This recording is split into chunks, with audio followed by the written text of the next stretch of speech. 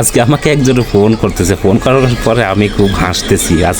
আজকে পুরো দিন শুধু মুচকি মুচকি হাসতেছি। কারণ হচ্ছে উনি বলতেছে উনি আমাকে ফোন দিয়ে বাইরে থেকে মেশিন নিচ্ছে। আমি বলছি কেন মেশিন বাইরে থেকে নিলেন, আমার থেকে তো আছে।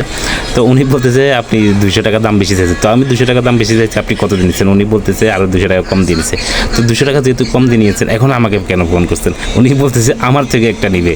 তো আমার থেকে কেন নিবে? উনিও বলতেছে ওনার মেশিনটা নাকি ভালো হচ্ছে না, কাজগুলো ভালো হচ্ছে না, যেই কাজে নিচ্ছে ওই কাজ কোনোভাবেই হচ্ছে না। তো আমি বলতেছি আপনি 200-100 টাকার জন্য কফি মেশিন কিনে কেন আপনি প্রতারিত হলেন? আবার মেশিন কিনতে হবে, তো এবার আপনার কত লস হয়েছে? উনি বলতেছে প্রায় 1700-1800 টাকা লস হয়েছে।